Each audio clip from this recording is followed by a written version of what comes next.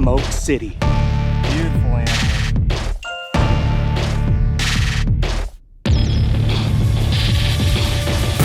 That's our play.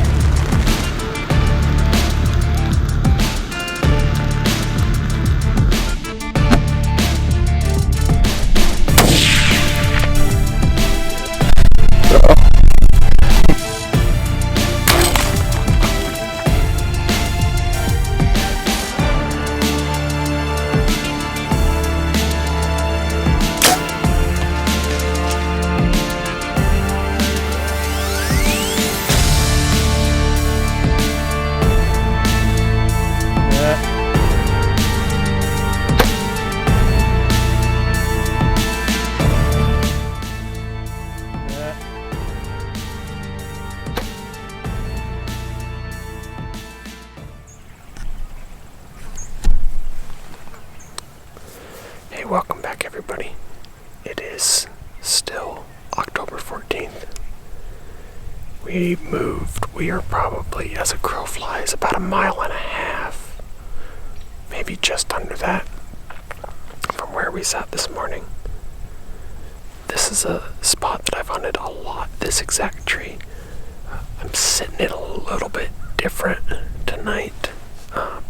They did a lot of logging here. And what that did to me, I mean, it opened stuff up. I can see way more. But sometimes that's not always the best. What it did to me is it took away a lot of my cover. And so I dropped a little lower here so that I had a little more cover behind me. You can see these branches behind me. I used to be up higher and there wasn't as much cover, but there was always trees back here, and they cut those trees down that were always my really good cover. So my backdrop's a little different, so I dropped my height down. The disadvantage of that is right over here, as you can see. I'll show you in a second. There's not much downward angle. There's like a ridge here that comes up, so I'm going to be almost eye level with these deer when they come out, if they come out right here, because this tree sits down a little bit in a bottom. So we're going to see how it works. This is usually a pretty good spot. The alfalfa looks really good. It's still super green. It looks like he didn't get his last cutting or hasn't done it yet. So there's a lot of good food. There's a good food source here. And I guess we'll see what we see. Like I said this morning, I haven't been in here. I don't have cameras. I got no intel. But I've shot a buck right here before. And I've had multiple opportunities at does. And so any of that stuff that comes by tonight, we're going to take a whack at. I just don't, it's just way more. I don't know if you guys have watched the videos in the past, but I've sat this place a lot, and it's just way more wide open. We got some trees laying in front of us that are down from the logging, and there used to be like a row of trees in front of me that was good cover, and they're just gone. So here's what I'm talking right here. I've shot a buck about right here before, but there's always been cover right here, and it's all gone now. So I'm going to have to pay close attention and sit super still, because they'll come up out of this bottom over here, and they'll come up here. So these are the trees I was talking about. There used to be a row of trees right here that was good cover.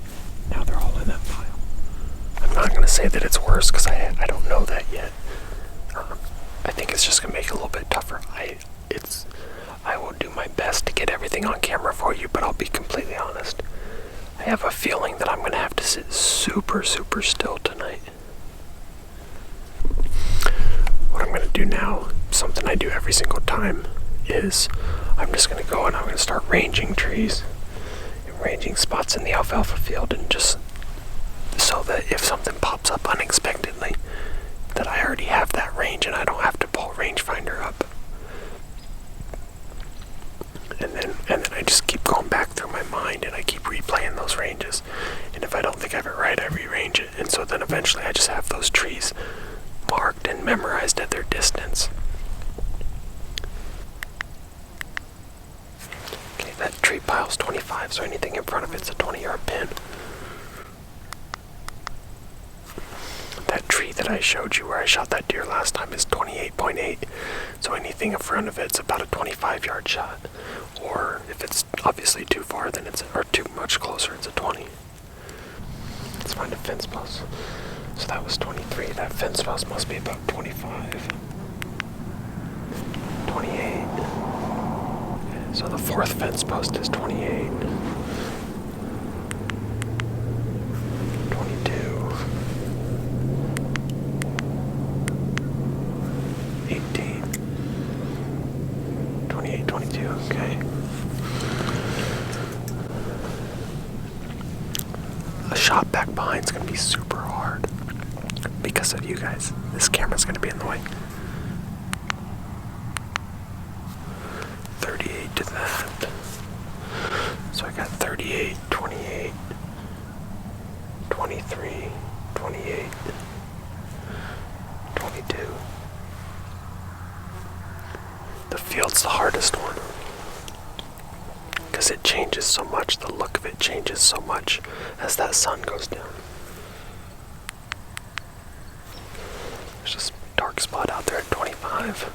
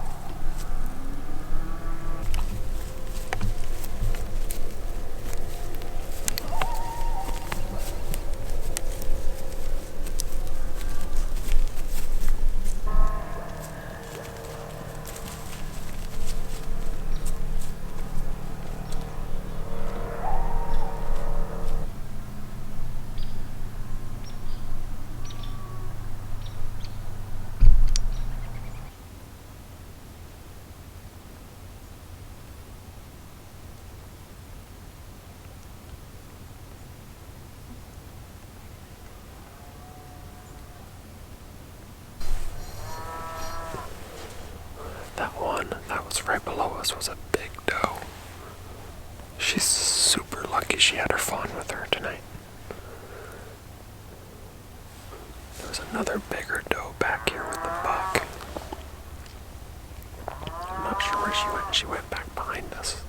Got another ridge up.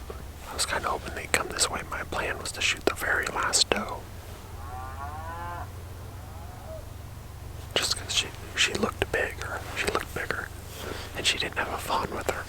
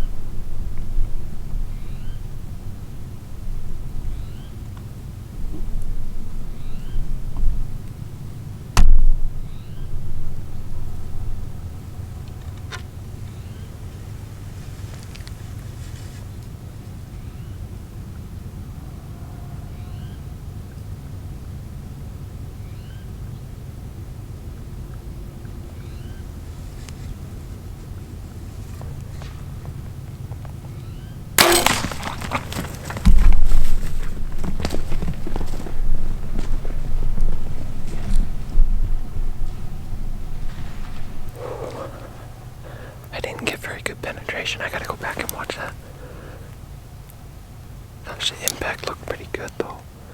Must have went through shoulder. Must have been a little far forward.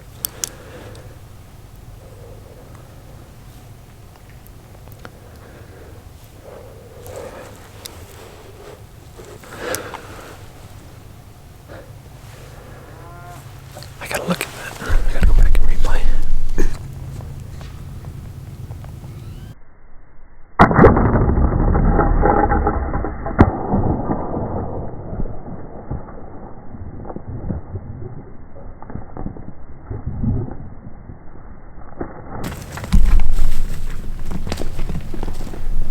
Alright, I just hopped down. I found blood. It's not the best blood, but it's decent blood. And we could hear her kind of crashing. And then all of a sudden it stopped, so I assume she's dead right down here in this bottom. It's 6:30. There's 11 minutes left of shooting light. But I got it marked on Onyx, that blood, but it's going to be a dark track job. But I think we should, I know we should be able to see my lighted knock. And if we find my arrow and there's not a deer there, we'll probably back out. I think I'm just going to drop all this stuff down, and then if I don't find her, I'm going to have to come back in the morning anyways, so I'll get our pack down. And the bow and that kind of stuff, and the camera, and we'll go see if we can find her. Alright, here we go. Let's see what we can find.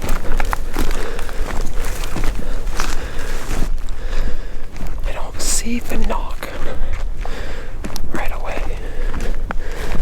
which I wish I did, obviously.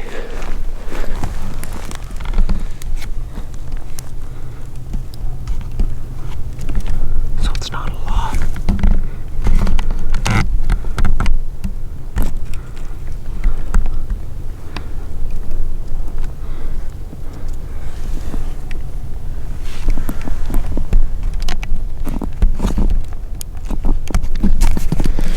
We're gonna go in here a little ways and see if we can find my knock.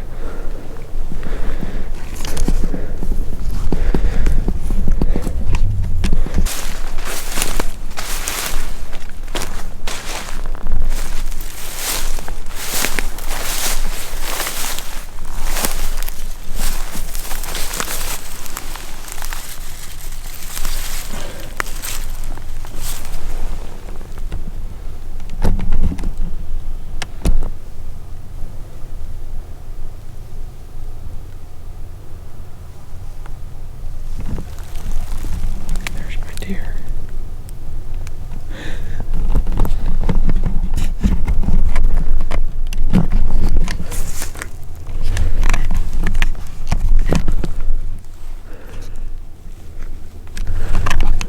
That is exactly how that's supposed to work out. Find the arrow, find the deer right there. She didn't go 100 yards straight downhill and just piled up. I thought I could hear her crash. I'm glad, because I wasn't going to go much further than this, just because I wasn't following blood. I was just checking, but I was pretty sure from what I heard that she was down good, so let's get hands on her.